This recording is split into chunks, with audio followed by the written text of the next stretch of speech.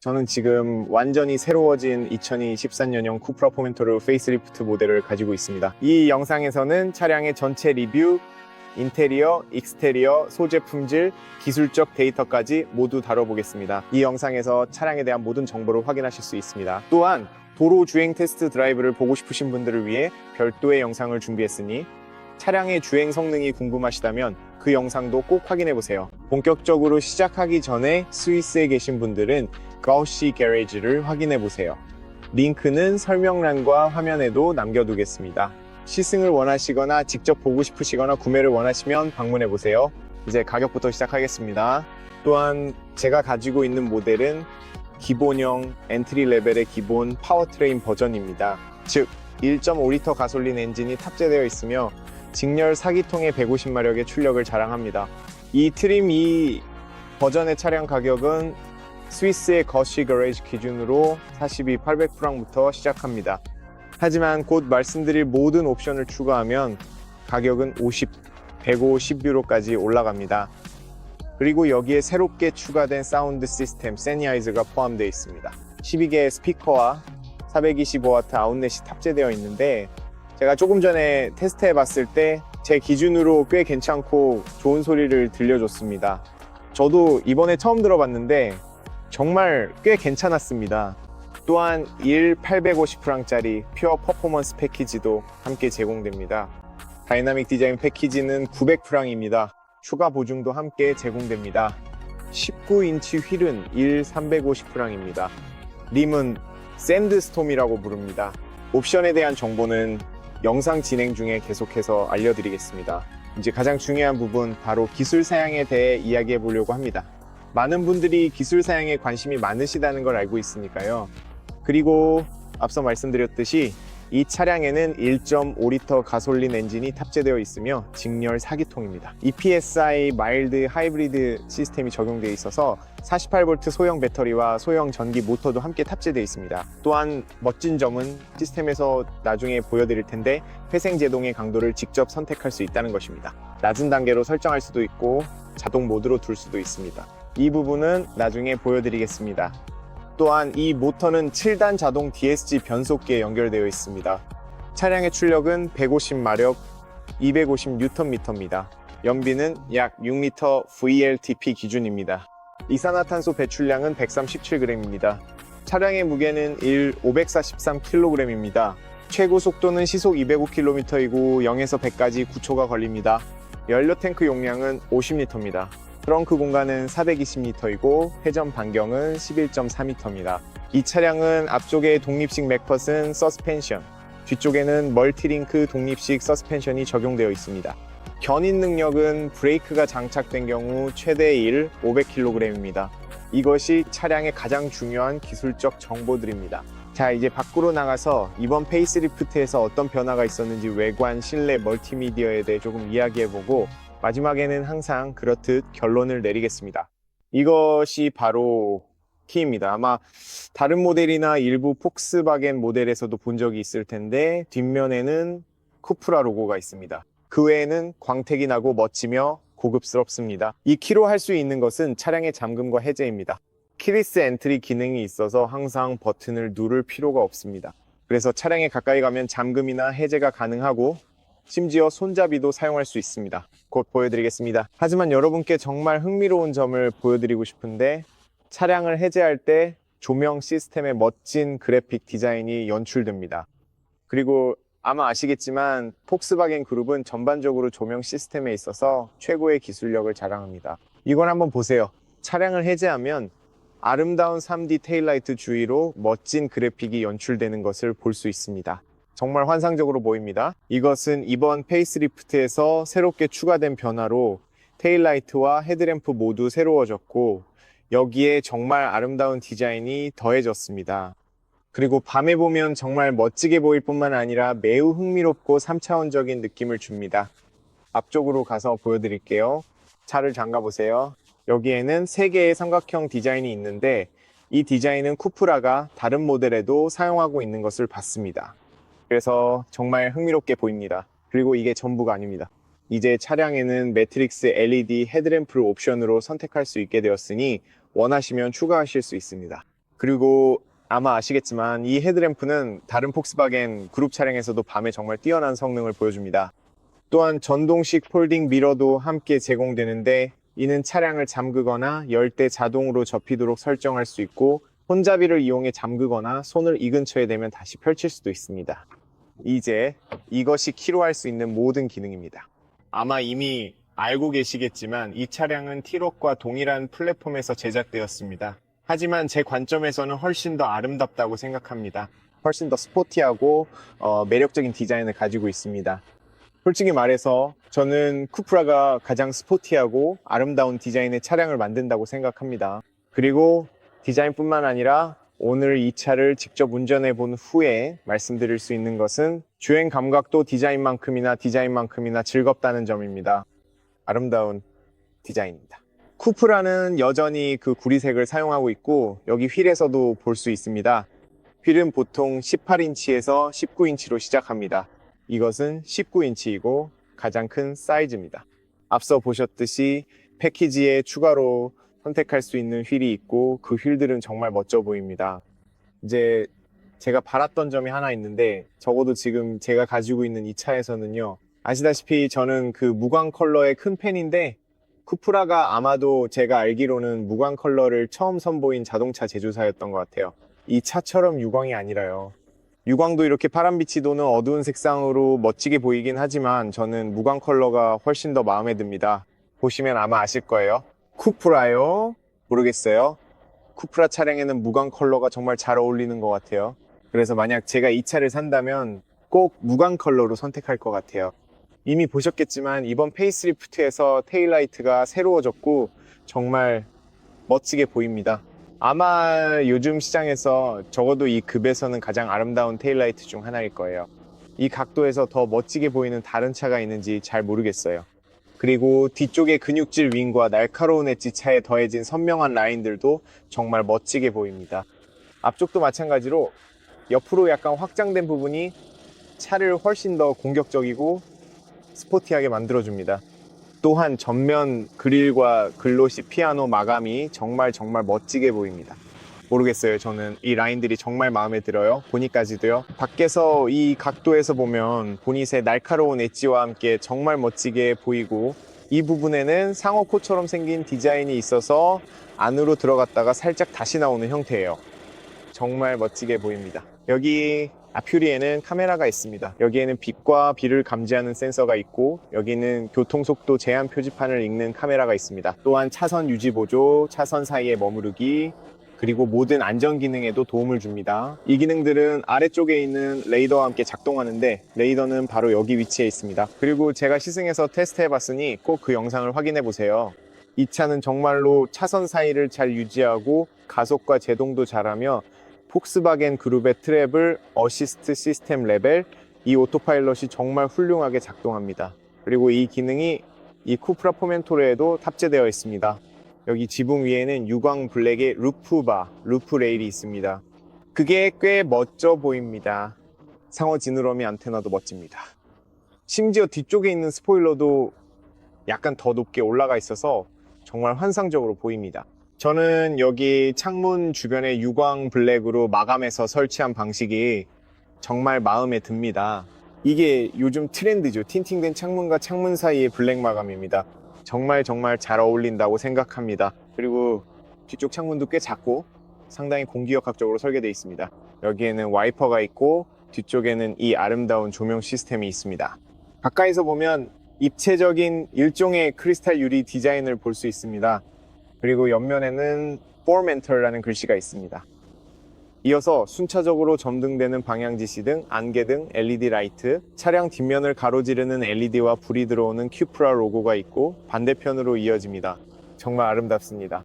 중앙에는 구리색의 큐프라 로고가 있고 번호판에는 LED 조명 그리고 후방 카메라가 있습니다. 여기에는 디자인을 위한 멋진 요소가 더해진 라이트 리플렉터도 있습니다. 그리고 아래쪽에는 유광 블랙이 있고 맨 아래에는 무광 블랙과 가짜 배기구가 있습니다. 꽤 멋져 보입니다. 둘 다 가짜입니다. 그리고 여기에는 무광 블랙 느낌의 디자인이 있고 이 부분에 견인고리가 있습니다. 차에 이미 견인고리가 설치되어 있는지는 잘 모르겠지만 보통 이 자리에 있습니다. 뒷부분에는 주차 센서가 4개 있고 첫 번째 센서는 이쯤에 있습니다. 4개의 센서는 주차뿐만 아니라 안전 기능에도 사용됩니다. 바퀴 주변에 이런 보호대가 여전히 남아있다는 점이 정말 마음에 듭니다. 비록 유광 블랙이라 쉽게 긁힐 수 있지만요. 그래도 바퀴 주변에서는 여전히 매우 유용해서 차량의 도장을 보호해 줍니다. 또한 도어 아래쪽 사이드 스커트에도 마찬가지로 적용되어 있고 앞쪽에도 있어서 정말 유용합니다. 그리고 보기에도 좋고 차량과도 잘 어울립니다. 이런 부분들과의 대비가 꽤 멋집니다. 또한 사이드 미러 캡도 유광 블랙으로 되어 있습니다. 이것도 좋네요. 저는 방향 지시등이 다리 부분에서부터 앞쪽까지 이어지는 점이 정말 마음에 듭니다. 이것도 보기 좋습니다. 그리고 솔직히 말해서 사이드 미러는 훨씬 작아졌습니다. 보통 크로스오버나 SUV라면 더 클 거라고 예상하겠지만 이건 꽤 작아서 차량의 공기역학에 도움이 됩니다.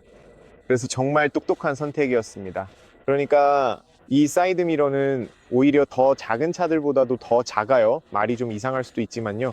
하지만 이게 정말 좋은 게 제가 고속도로에서 테스트해 봤을 때 공기역학적으로 바람 소리가 거의 들리지 않았고 이 점이 정말 훌륭했습니다. 연료 탱크는 여기 오른쪽 조수석 쪽에 있습니다. 열기도 쉽습니다. 여기가 바로 연료 탱크입니다. 휠에 관해서는 말씀드린 대로 19인치 휠이 장착되어 있습니다. 기본은 18인치부터 시작하고 이건 구리색 디자인과 블랙 유광이 조합된 19인치 휠입니다. 정말 멋져 보여요. 블랙 컬러가 무광과 유광의 중간 정도 느낌이에요. 완전히 유광은 아니라서 정말 멋스럽게 보입니다. 뒤에는 일반 브레이크 디스크가 있고 앞에는 통풍 브레이크 디스크가 있습니다. 브레이크 캘리퍼도 꽤 단순해서 특별하거나 화려한 건 없습니다. 도어 핸들도 우리 폭스바겐 그룹의 다른 차량들처럼 꽤 단순합니다. 도어의 품질도 도어가 무겁고 꽤 고급스럽게 느껴집니다. 뒷좌석 도어도 마찬가지예요. 네, 소리도 좋네요. 튼튼한 소리가 납니다. 좋은 품질의 소리예요. 앞쪽에는 중앙에 쿠프라 로고 배지가 있습니다. 여기에는 방향지시등이 3개의 삼각형으로 되어 있어요. 여기에는 매트릭스 LED 헤드램프가 있습니다. 그리고 여기에는 안개등이 있는데 범퍼 하단에 정말 멋지게 통합되어 있습니다. 에어 인테이크가 정말 크고 실제로 작동합니다. 공기가 여기로 들어와서 옆으로 빠져나가요. 또한 아래 립에도 블랙 글로시가 있고 중앙에도 블랙 글로시, 에어 인테이크 그리고 하단부에는 정말 멋진 디자인이 적용되어 있어서 꽤 스포티합니다. 여기서 라이트를 끄거나 오토로 설정할 수 있습니다. 지금 오토로 맞추고 싶어요. 자, 해보죠. 좋아요. 그리고 방향 지시등은 여기 있습니다. 이제 보닛 아래가 어떻게 생겼는지 보여드릴게요. 그리고 나서 실내로 들어가서 트렁크도 보여드리겠습니다. 좋아요. 보닛은 수동식이라 여기 중앙에서 이렇게 열어야 하는데 정말 무겁네요. 그러니까 보닛이 꽤 무겁고 크기도 큽니다. 여기가 엔진입니다. 이 부분에 1.5리터 150마력 직렬 4기통 엔진이 들어가 있어요. 에어필터, 퓨즈박스, 12V 배터리가 있습니다. 여기에는 와이퍼 액이 있고 그 옆에는 냉각수가 있습니다. 다른 폭스바겐 차량들과 거의 같은 배열이에요. 보닛의 품질도 꽤 좋습니다. 만져보거나 닫을 때 느낌이 꽤 괜찮아요. 참고로 여기 이 부분들 이게 뭔지 왜 이런 부분이 있는지 궁금하실 텐데 이건 물뿐만 아니라 공기를 위한 부분이기도 합니다. 그래서 차량 주변으로 공기 흐름을 도와주고 고속 주행 시 소음을 최소화해 줍니다. 트렁크로 가보면 여기에 버튼이 있고 자동 리프트 게이트가 있습니다. 아주 간단하게 열립니다. 그리고 이제 보호 커버를 빼볼게요. 참고로 보호 커버를 빼서 트렁크 공간을 좀 더 잘 볼 수 있습니다. 여기 위쪽을 보면은 닫는 버튼이 있고 수동으로 닫을 수 있는 손잡이도 있습니다. 입구는 네모나게 생겼어요. 이 점이 정말 마음에 들어요. 꽤 네모나서 이 안에 물건을 넣기에 공간이 아주 넉넉합니다. 그래서 트렁크의 공간과 입구 측면에서 보면 정말 실용적입니다. 왼쪽에는 수납 공간이 있고 각 모서리마다 고리가 있으며 여기와 여기에도 장바구니용 고리가 있습니다. 여기에는 LED 조명이 있고 약간의 수납 공간도 있으며 바닥 아래에는 스페어 타이어, 삼각대 모든 공구들이 들어있고 아마 전자부품도 일부 들어있는 것 같습니다. 네, 어쨌든 바닥 아래 공간이 아주 넓지는 않지만 그래도 짐을 넣을 수 있는 수납 공간이 조금 있습니다. 그리고 다른 폭스바겐 차량들처럼 이 가운데 부분을 접을 수 있다는 점이 정말 마음에 듭니다. 그래서 긴 물건을 실으면서도 2명이 앉을 수 있고, 예를 들어 스키처럼 4명이 친구들과 함께 스키장에 가면서 긴 짐도 실을 수 있습니다. 시트를 접는 것도 여기서 아주 간단합니다. 그냥 이 버튼을 누르고 앞으로 밀면 됩니다. 그리고 시트를 접으면 완전히 평평한 바닥이 만들어져서 심지어 여기서 잘 수도 있고 큰 짐도 실을 수 있습니다. 냉장고 같은 것도 문제없이 들어갈 것 같고 정말 큰 짐들도 실을 수 있습니다. 그래서 이런 관점에서 보면 실용성은 꽤 괜찮은 편입니다. 옆문을 열면 이것도 꽤 큽니다. 90도까지는 아니지만 상당히 넓게 열립니다. 입구도 꽤 넓습니다. 여기 다리 쪽에도 공간이 충분히 많고 비록 큰 변속기 터널이 있긴 하지만요. 그래도 앞좌석 뒤쪽에는 여전히 공간이 아주 넉넉합니다. 이제 공간이 꽤 넓고 뒤쪽 입구도 다시 한번 볼 수 있는데 제 입장에서는 꽤 괜찮다고 생각합니다.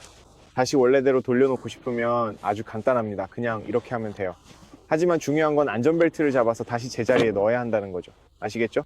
그리고 반대편도 거의 비슷한 상황입니다. 사실 이걸 닫고 직접 보여드릴게요. 이게 바로 그겁니다. 안전벨트가 여기 고정되어 있으면 좋겠네요. 아, 여기 고정할 수 있는 곳이 있네요. 지금 봤어요. 여기 보세요. 아래쪽에 안전벨트를 걸 수 있는 곳이 있어요. 오, 똑똑한 아이디어네요. 정말 좋은 기능이에요. 이 점이 마음에 들어요. 안으로 들어가기 전에 여기 한 장으로 된 창문이 하나 있습니다. 이 말은 창문을 내리면 여기까지 내려가고 이 부분에는 네 손가락 정도의 공간이 남는다는 뜻이에요. 그래도 시야에는 문제가 없을 거예요. 안에 들어가면 직접 보여드릴게요. 여기 위쪽을 보면 트림이 멋져 보이긴 하지만 플라스틱이에요. 여기에는 알칸타라 마이크로 파이버 디자인 같은 게 있고 안쪽에 파란색이 보이는 천공 처리된 부분도 있어요. 여기에는 가죽과 부드러운 소재가 사용됐어요. 이 점이 마음에 들어요. 갈색 스티치가 들어가 있어서 품질이 좋아 보여요. 이 부분도 가죽이에요. 여기는 창문 버튼이 있습니다. 수납 공간도 꽤 넉넉해요. 이 점이 마음에 들어요. 뒷좌석에도 큰 수납 공간이 있어요. 여기에는 작은 스피커와 큰 스피커가 있습니다. 이 새로운 사운드 시스템에는 스피커가 12개나 들어가 있어요. 그리고 425W의 출력입니다. 또한 입구가 꽤 큽니다. 정말 큰 입구예요. 여기도 공간이 꽤 넉넉하네요. 참고로 저게 바로 좌석입니다, 여러분.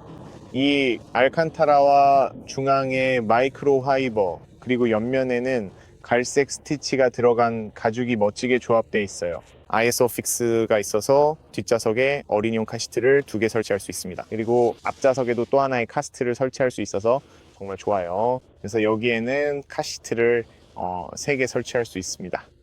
여기 중앙에는 팔걸이와 음료를 위한 컵홀더 2개가 있습니다. 앞좌석 뒤쪽도 스포티한 디자인임에도 전체가 가죽으로 되어 있고 부드러운 소재가 사용되었습니다. 이 점이 마음에 들어요. 중앙에는 약간의 수납 공간도 있습니다. 그리고 바로 여기에는 고리가 있습니다. 위쪽에는 손잡이와 LED 조명이 있습니다. 아래쪽에는 USB-C 포트 2개와 공조 시스템 컨트롤러 그리고 송풍구 2개가 있습니다. 이 점이 마음에 들어요. 앞좌석은 제 운전 자세에 맞게 조정되어 있고 제 키는 173cm, 이게 바로 제 뒤쪽 공간입니다. 그래서 공간이 꽤 넉넉해요. 다리도 쭉 뻗을 수 있어요. 그러니까 공간에 관해서는 직접 보시다시피 차 안에 공간이 정말 많아요. 놀랍게도 이쪽에도 공간이 정말 넓어요.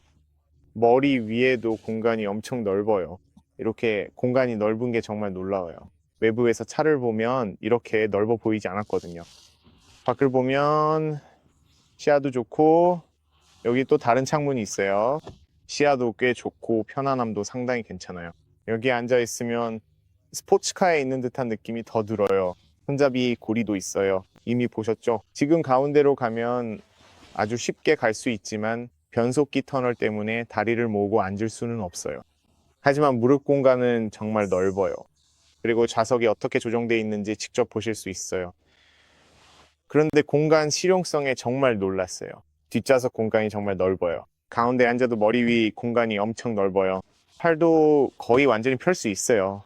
하지만 여기서는 약간 더 단단하긴 한데 그렇게 딱딱하지는 않아요. 꽤 부드럽고 꽤 좋아요.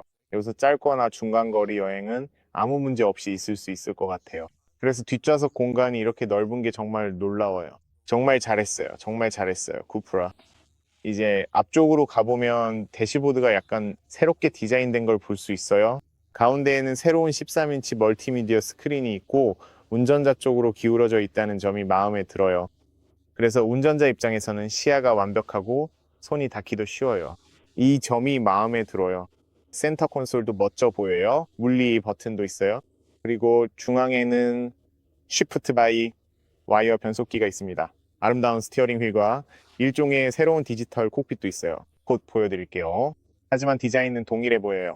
멋지고 미래지향적이며 아름답습니다. 게다가 인체공학적이에요. 이게 가장 중요한 점이죠. 어쨌든 이제 앞쪽으로 가봅시다. 여기에는 한 장으로 된 큰 창문이 있어요. 시야도 좋습니다. 곧 보여드릴게요. 앞쪽 윗부분에는 모든 곳에 소프트 소재가 사용됐어요. 그래서 지금 여기 전체가 다 부드러운 소재입니다. 도어에는 앰비언트 라이트도 있어요. 그리고 사각지대 뷰 모니터링도 바로 여기 있습니다. 차가 사각지대에 있을 때 이 LED 불빛이 이 기능으로 대체돼서 더 이상 미러나 옆쪽에 불빛이 들어오지 않아요. 그래서 그게 멋진 점이죠. 여기 손잡이 주변에는 무광 그레이가 적용돼 있습니다. 젠하이저 스피커도 있어서 여기 글씨가 보이죠? 여기는 가죽과 알칸타라 소재가 사용됐어요. 창문과 미러 조작 버튼 그리고 열선 미러 버튼도 있습니다. 트렁크를 여는 버튼도 있어요. 도어 포켓 공간도 꽤 넉넉하고 여기에도 또 다른 스피커가 있습니다. 이 블랙 플레이트에 있는 쿠프라 로고도 마음에 들고 페달은 알루미늄 페달이에요. 전동식 조절 시트입니다. 여기서 시트를 전동으로 조절할 수 있고 요추 지지대 위치도 세 가지로 저장할 수 있습니다. 이 기능도 정말 유용해요. 여기에는 라이트와 공조 시스템을 최대화하는 컨트롤러가 있고 그 위쪽에는 구리색이 살짝 들어간 예쁜 송풍구와 갈색 스티치 그리고 대시보드 전체에 부드러운 소재가 사용됐습니다. 차량 출입구도 꽤 넓어요. 여기서도 확인할 수 있습니다. 또한 시트도 볼 수 있는데 스포티한 시트로 알칸타라와 가죽이 조합되어 있습니다. 측면 지지대도 꽤 크고 옆을 잘 잡아주며 꽤 편안합니다. 조금 단단한 편이지만 상대적으로 편안하게 느껴집니다. 그리고 여기에서 큐프라의 지속 가능한 소재도 볼 수 있습니다.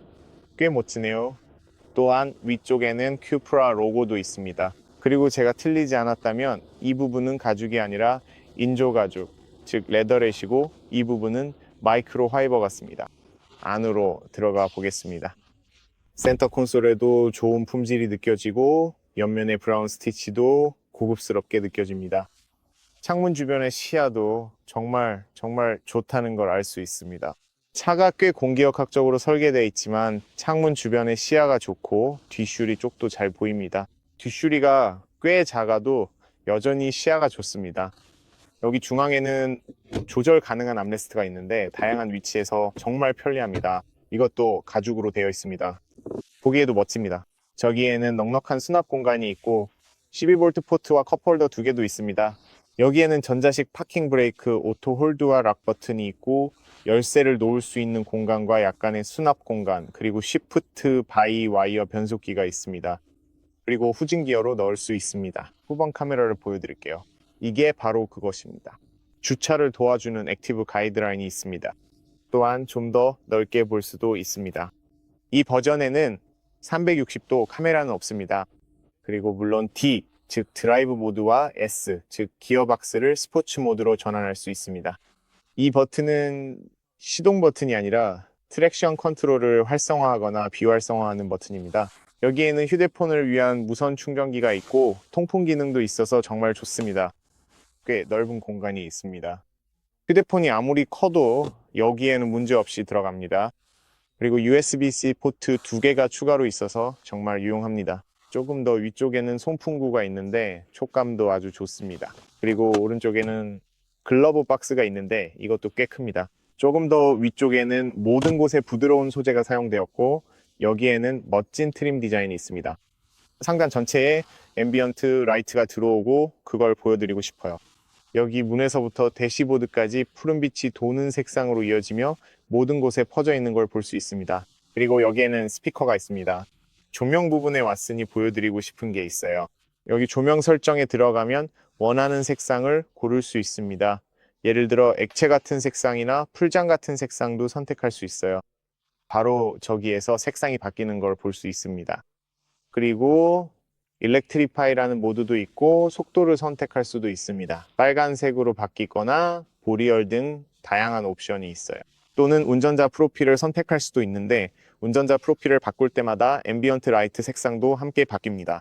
밤에 보면 정말 멋지게 보이는데 아마도 밤에 차를 가져와서 어떻게 보이는지 좀 더 잘 보여드릴 수 있을 것 같아요. 좋아요. 이제 이런 기능들을 다 알게 되었으니 밝기 조절도 여기 있습니다. 여기에는 13인치 디스플레이가 있습니다. 이 새로운 13인치 스크린은 운전자 쪽으로 기울어져 있어서 다양한 기능을 아주 쉽게 조정하고 변경할 수 있어요. 이제 여기 주변에 있는 버튼들과 컨트롤러, 터치 컨트롤러에도 조명이 들어와서 멋집니다. 스티어링 휠은 수동으로 위, 아래, 앞으로, 뒤로 조절할 수 있습니다. 이렇게 아래쪽에서 쉽게 조절할 수 있는 걸 보여드릴게요.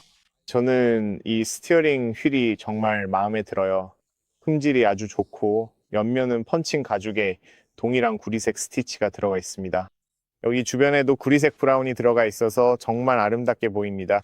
시동 버튼이 스티어링 휠에 있다는 점이 정말 마음에 들어요.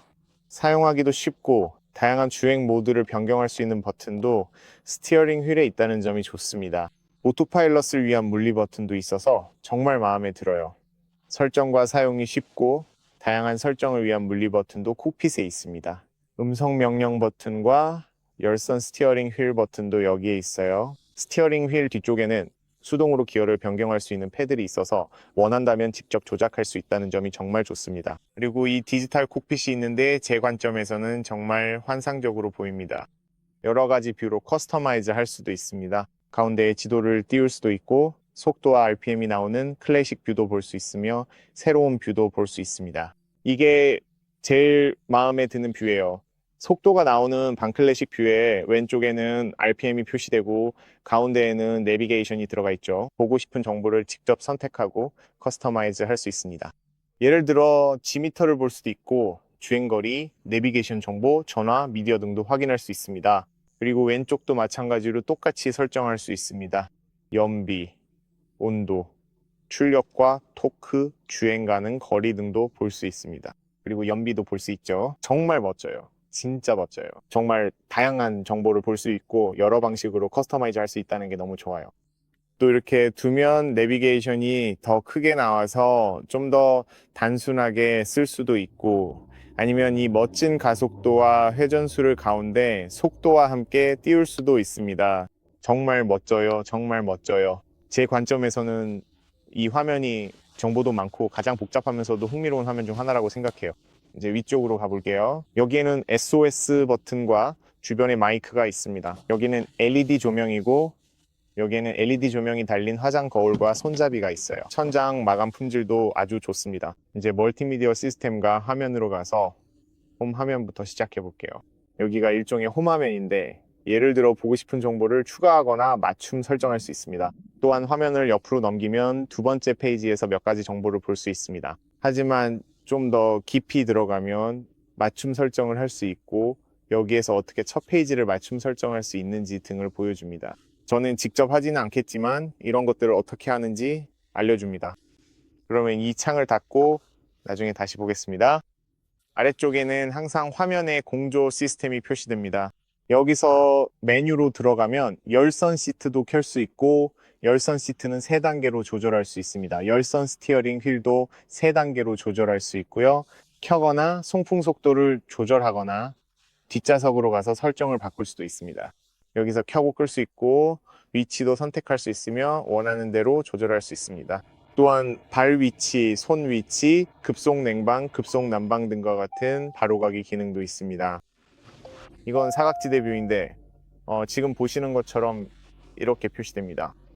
다시 공조 시스템으로 돌아가서 여기서 공조 시스템의 다양한 설정을 직접 맞추고 변경할 수 있습니다. 물리 버튼이 없고 디스플레이에만 있어도 사용하기가 매우 쉽습니다. 화면이 가까이 있어서 금방 익숙해질 수 있고 접근도 편리합니다. 이제 꺼보겠습니다. 여기 위로 올라가면 바로가기를 추가할 수 있습니다. 여기서 바로가기를 추가할 수 있습니다. 원하는 기능을 무엇이든 선택해서 추가할 수 있습니다. 예를 들어 조명을 추가하고 싶으면 거기에 추가할 수 있습니다. 그리고 지금 바로 거기에 추가되어 있고 변경하거나 추가하거나 원하는 대로 할 수 있습니다. 여기서 주차로 들어가면 주차 메뉴가 활성화됩니다. 또한 차량으로 들어가면 차량 정보를 볼 수 있고 주차 보조 시스템과 후방 교통 경고 기능도 사용할 수 있습니다. 여기에는 몇 가지 안전 기능과 스마트 어시스트가 있고 차선 유지 보조 등 모든 안전 기능을 2페이지에 걸쳐 이곳에서 활성화할 수 있습니다. 운전자 경고 기능도 여기에서 찾을 수 있으며 역시 2페이지로 구성되어 있습니다. 여기에 정말 많은 안전 기능이 있습니다. 또한 여기에서는 차량의 외부와 내부 모든 설정을 확인할 수 있습니다. 옆으로 스와이프하면 와이퍼, 하이브리드 시스템 등으로 이동할 수 있습니다. 폭스바겐 그룹의 새로운 하이브리드 시스템에서 가장 좋은 점은 회생 제동을 낮음 또는 자동 중에서 선택할 수 있다는 것입니다. 즉, 원하는 방식으로 선택할 수 있습니다. 이 점이 정말 좋습니다. 그 다음 두 번째 페이지로 넘어가면 헤드라이트 설정이 있습니다. 여기에는 컴포트 라이트가 있습니다. 외부에서 애니메이션 효과가 적용된 것으로 아까 보셨던 부분입니다. 타이어, 미러, 이지 오픈, 브레이크 설정도 있습니다. 브레이크 설정에서는 트랙션 컨트롤 기능이 있습니다. 그리고 창문, 닫힘 등 다양한 기능도 있습니다. 즉, 모든 설정을 이 계기판의 인테리어 설정에서 찾을 수 있습니다. 여기에서 찾을 수 있고 실내 조명도 이곳에서 조절할 수 있습니다. 그리고 차량의 상태, 예를 들어 오류가 있는지, 그리고 주행 데이터도 확인할 수 있습니다. 주행 데이터에서는 최근 주행의 연비 등 모든 정보를 확인할 수 있습니다. 좋습니다. 여기 드라이브 메뉴에서는 다양한 주행 모드를 추가할 수 있고 차량에는 3가지 주행 모드가 기본으로 제공됩니다. 컴포트 모드가 있으며 컴포트가 무엇을 의미하는지에 대한 정보도 제공합니다. 그리고 퍼포먼스 모드는 일종의 스포티 모드이고 인디비주얼 모드도 있습니다. 그리고 인디비주얼 모드의 멋진 점은 설정에 들어가서 이 차량의 경우 DCC를 추가할 수 있다는 것입니다.